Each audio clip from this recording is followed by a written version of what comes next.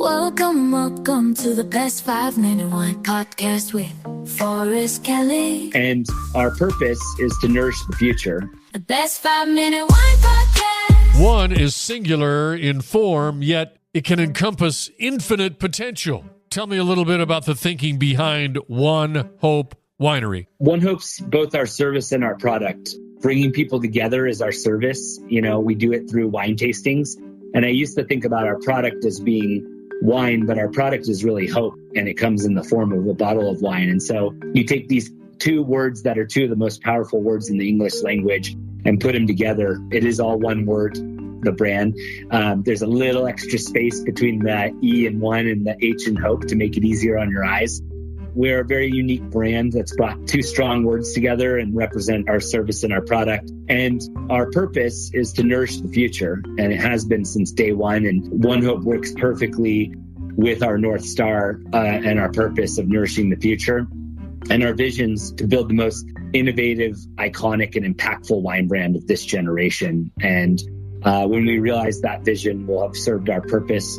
When you go to our website, you kind of look at the About Us and you notice like we're living our mission day to day, which is sharing wine and giving hope. And that ladders up and serves our purpose as well to nourish the future. So I started off as Hope Wine, and I would always describe it that it was going to be this one overarching brand of hope with lots of products and lots of causes underneath it. And over time, it developed from one overarching brand of hope to One Hope. Yeah, sometimes when you're standing inside the winery, which we'll get into in just a second, but when everybody's gone home and you're there by yourself and you're standing in that huge building and you just got to look around and go, wow, this all started from the back room, standing in a slop bucket at Stater Brothers. I do, and I have my original truck that I started delivering our first cases out of the back of my truck. It's a 2007 F-150, and it's parked out in front of the winery. And it is part of what we share with people. You know, a lot of nice cars come into the winery now because we're a nice and fairly exclusive tasting room here in the heart of Napa. And so you attract a lot of fancy cars. And my beat-up truck,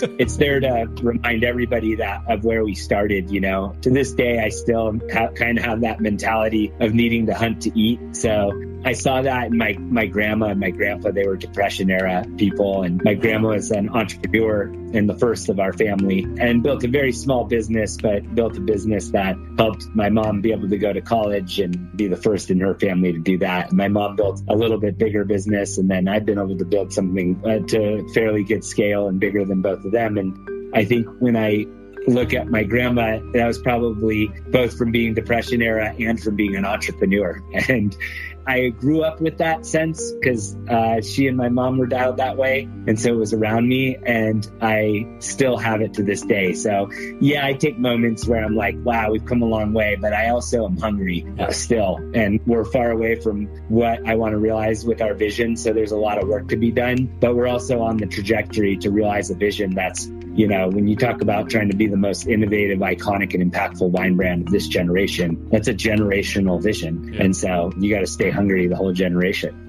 Where does your mom go to college? My mom went to University of Arizona, and then she joined the U.S. Corps and went and served in the U.S. Army in Germany, where she met my dad, who was a sergeant on the weapons base that they were on. They were on a nuclear weapons base in Germany. They went from there and traveled the world for a few years, ended up having my older sister in New Zealand, and decided to come back to the States. And they both went back to college, my dad for his undergraduate degree and my mom for her master's at Chico State, and then moved to the Bay Area when I was 2. So I was really fortunate to grow up in the Bay Area, kind of in the heart of the Silicon Valley during the early 80s. I was born 83 and we moved here in 85.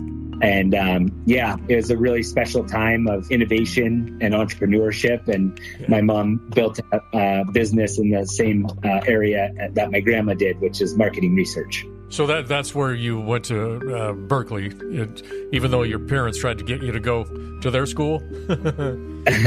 Well, I was born in Chico, so I've always had a special bond with it. But yeah, growing up, my dad worked at Stanford as a construction manager, and I got to watch that campus be built, and I was a big Stanford fan. And then I got the opportunity to go to Berkeley.